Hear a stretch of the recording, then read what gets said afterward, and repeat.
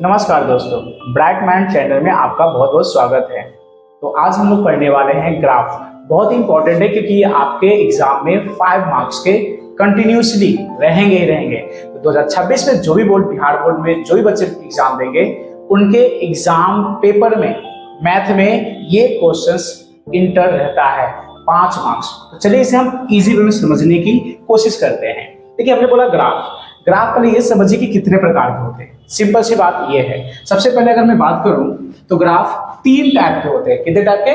3 प्रकार के ग्राफ होते हैं। 3। पहला ग्राफ होता है प्रतिच्छेदी ग्राफ, दूसरा होता है समांतर ग्राफ और तीसरा होता है समपाती ग्राफ। तो ग्राफ 3 प्रकार के होते हैं। अब देखिए सबका स्ट्रक्चर समझ लीजिए। प्रतिच्छेदी ग्राफ पहला नंबर हमने बोला, अर्थात प्रतिच्छेद करते हुए रेखा, क्योंकि 2 चरवाला रैखिक समीकरण की बात हम बता रहे हैं, ठीक है ना।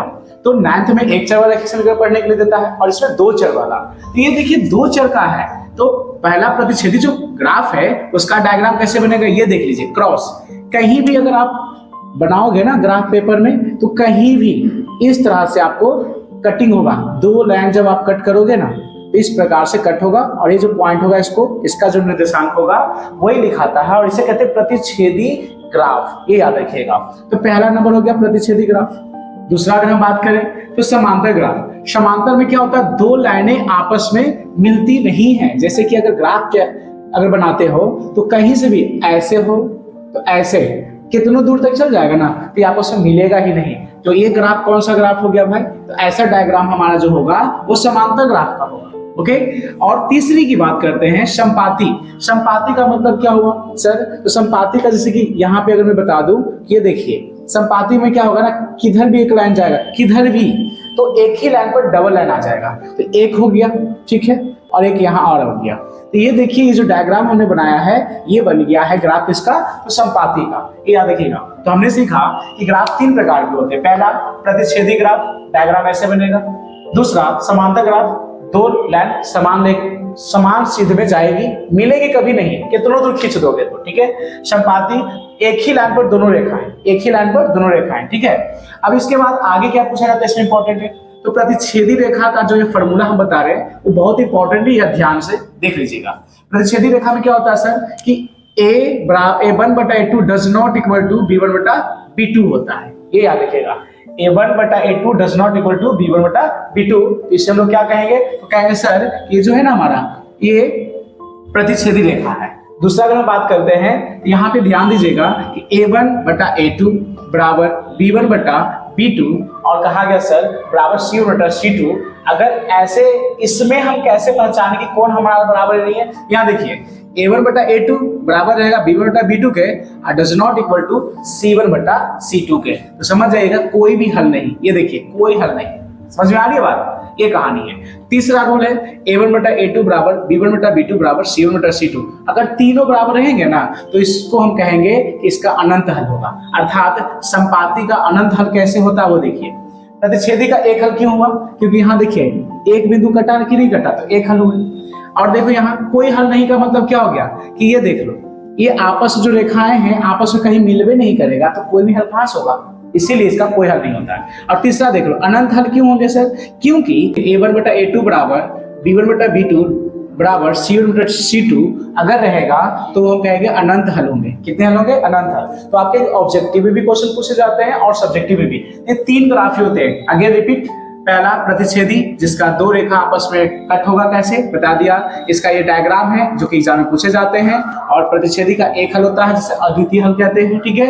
और दूसरा समांतर, दोनों रेखाएं सम में बटेंगे, ठीक है, बराबर में। इसका डायग्राम होगा A1/A2 बराबर B1/B2 does not equal to C1/C2। इसके कोई हल नहीं होंगे। क्यों नहीं होंगे? क्योंकि हमने बता दिया अभी कि दोनों रेखाएं अलग अलग है। जब आपस में मैच ही नहीं करेंगे तो कितना हल होगा? कोई भी हल नहीं होगा भाई।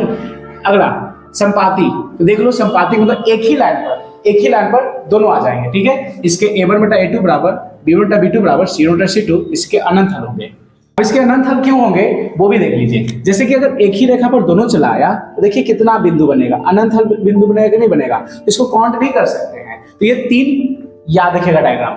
अब देखिए ग्राफ कैसे बनाया जाता है, चलते हम सॉल्व करेंगे ना क्वेश्चंस बारीकी से, तो हम आपको बता सकते हैं। जैसे अभी हमने क्वेश्चन लिखा कि ग्राफ विधि से इसे हल करना है, ठीक है। तो पहले हम आपको जांच करना बताते हैं। क्या करना? जांच। देखिए जांच करना, जांचे, जांचना सबसे पहले बहुत जरूरी है ताकि आप इजी में बना सकते हैं, ठीक है। तो कैसे जांचेंगे सर, वो ध्यान से देखोगे, पहले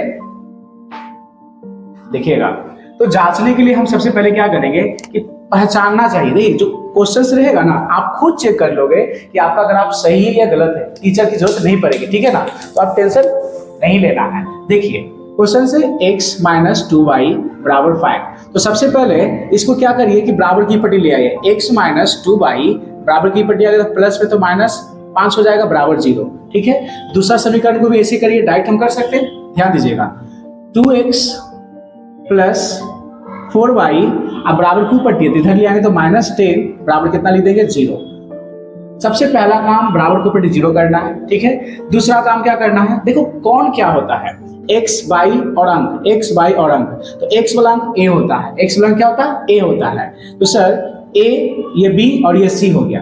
तो a1 बटा a2 बराबर b1 बटा b2 बराबर c1 बटा c2, ठीक है। अब ध्यान से देखिएगा, यहां ध्यान दोगे। अब हम इसको मान रखते हैं। सर a1 का मान मेरा कौन हो जाएगा, तो x के साथ कुछ नहीं है तो 1 है ना जी, तो ये हो जाएगा a1 का मान, मतलब 1, ठीक है। a2 का मान कितना हो जाएगा, तो नीचे वाला समीकरण में चेक करेंगे कितना हो जाएगा, 2 हो जाएगा, इक्वल b1 का मान कितना है, देखो माइनस में 2 है तो -2, और b2 का मान कितना, तो प्लस में 4 तो 4 बराबर c1 का मान कितना, माइनस में 5 है सर, तो -5, और ये देखिए c2 का मान माइनस में 10, माइनस माइनस कट गया, ठीक है। और यहाँ चेक करो, ये माइनस नहीं कटेगा, इसको रहने दीजिए। 2 दूनी 4, 5 दूनी 10। अब हमारा रिजल्ट क्या है, इधर लिख देता हूँ मैं, ठीक है। यहाँ पे ध्यान से देखिएगा, सर आ गया 1/2 इक्वल -1/2 इक्वल 1/2। क्या ये बराबर है आपस में, चेक करो। a1 बटा a2 बराबर b1 बटा b2 का है, तो क्या होगा सर, ये अगर माइनस नहीं रहता तो हो जाता, लेकिन ये माइनस है तो बराबर नहीं, तो कट कर देंगे। जब ये पहला ही कट गया तो आप देख लो, चेक कर लो कि a1 बटा a2 b1 बटा b2, तो कहा गया कि डज नॉट इक्वल, a1 बटा a2 does not equal b1 बटा b2, तो कहाँ है सर, ये है। तो हम कह सकते हैं कि जो ग्राफ होगा प्रतिच्छेदी ग्राफ होगा, और दूसरा चीज इसके एक हल होंगे, ठीक है, एक हल होंगे, ये याद रखो इजी वे में। तो ऐसे चेक करते हैं, कभी भी कोई भी समीकरण दिया रहेगा ना, तो आप उस समीकरण को क्या करोगे, इजी वे में a1 बटा a2 बराबर b1 बटा b2 बराबर c1 बटा c2 को रख करके चेक कर लोगे कि कौन सा ग्राफ बनेगा। और चेक करने के बाद अगर आप इसको बनाओगे ना आप, तो ग्राफ जो इसका डायग्राम आएगा ऐसा आएगा, अर्थात इस प्रकार से कहीं ना कहीं कटिंग होंगे, इसे कहते हैं प्रतिच्छेदी ग्राफ, ठीक है। ये पार्ट 1 है, इसके बाद हम क्वेश्चन सॉल्व करके बताएंगे फिर से, ताकि आपको समझ में आ जाए, ठीक है। इसको नोट कर लीजिए।